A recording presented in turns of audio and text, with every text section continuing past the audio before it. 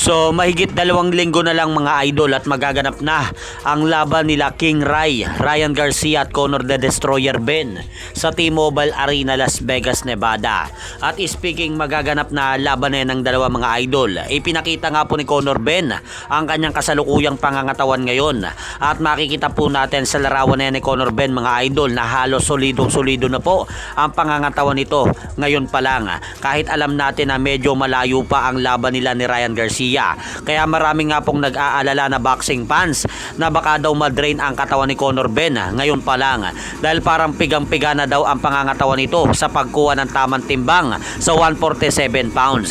At pagdating ng official and final weigh nila ay doon na bumigay ang pangangatawan nito. Samantalang kinumpirma naman po mga idol ng World Boxing Organization o WBO na sa darating na laban nila current Unified World Minimum Weight Champion Oscar Collazo sa darating na buwan October 10 kay Unified World Flyweight Champion Ricardo Sandoval ay automatic na mababakante na ang hawak na titulong WBO ni Oscar Collazo pagtunog pa lang ng kampana ng laban nila.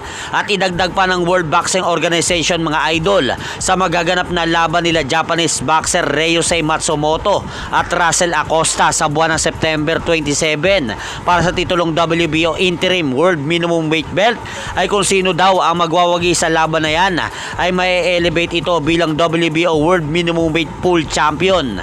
At sa iba pa pong balita mga idol, sa naganap naman po na laban ng ating kababayan na si Christian Jude Capuno sa bansang Japan.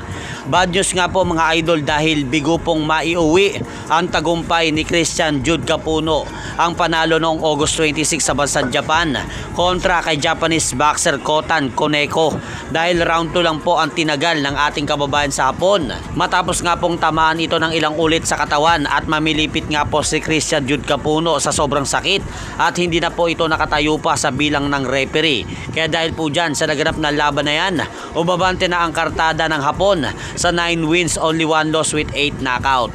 Habang bumagsak naman po ang record ni Christian Jude Capuno sa 7 wins at may 3 talo na sa kanyang boxing career.